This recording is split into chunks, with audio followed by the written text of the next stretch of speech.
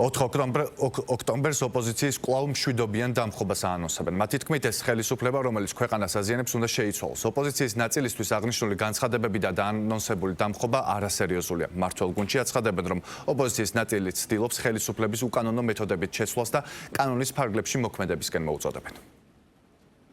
ქვეყანა არის აბსოლუტურად კატასტროფის ზღვარზე და ამ დროს ერთადერთი გზა არის ცვლილებების გზა, არის ქუჩაში ცვლილებების გზა, იმიტომ რომ არჩევნები უბრალოდ გაუქმებულია ქვეყანაში, ასე რომ 4 ოქტომბერს არის აი ამ ცვლილებების დღე. ქართველი ხალხი არის ისეთი გაბრაზებული, როგორც არასდროს, რომ ჩვენ არ უნდა მივცეთ ივანიშვილს და მის ბანდას იმის უფლება, რომ დაამყარონ დიქტატურა საქართველოში და მათ შორის მიგვაჩნია, რომ ივანიშვილის ბანდა შიგნიდან არის ჩამოშლილი და აი ეს ძალადობის ვერტიკალიც არ არის გასწორებული, ანუ გულისხმობს ძალოვან სტრუქტურებს, რომლებიც იყვნენ ჩართულები მასობრივ ძალადობაში თუნდაც 1 წლის წინ.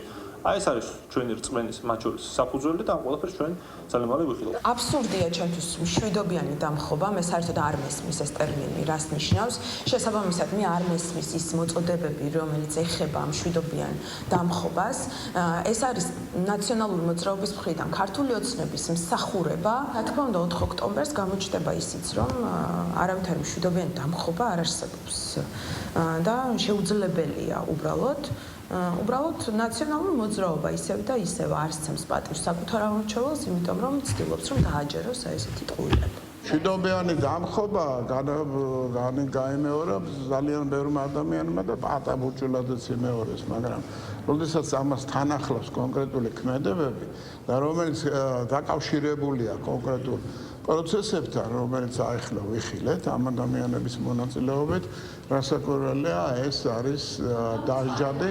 ამოცანად რჩება, რომ როგორმე ამ ქვეყანაში რევოლუციის გზით მოვიდეს მარიონეტული ხელისუფლება. არის მარგინალიზებული ჯგუფი ადამიანებისა, რომელსაც არაფერი გარდა იმისა, რომ ისტერია, ბოღმა, ძალადობა, შეურაცხყოფა ანთქიონ ის, რასაც პრეზიდენტი ტრამპი ეძახის შიდა ტერორიზმს, აი ეს შიდა ტერორისტული ჯგუფი ყავს ადამიანების, რომელის მიზანიც გაცხადებული მიზანი არის ძალადობრივი გზით ხელისუფლების შეცვლა. მათ გაცხადებული აქვს, რომ ისინი უარს ამბობენ დემოკრატიულ გზაზე.